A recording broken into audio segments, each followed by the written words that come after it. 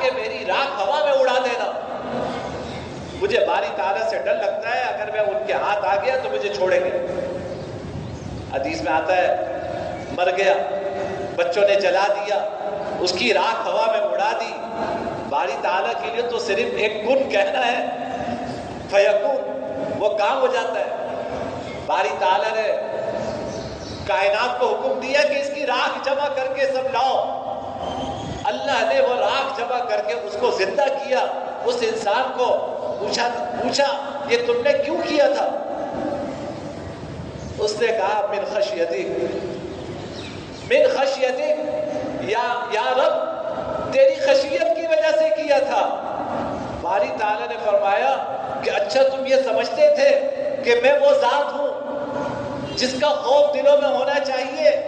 کہا یا رب یہ تو میں سمجھتا تھا. کہا میں تمہاری مغفرت کر دیتا ہوں.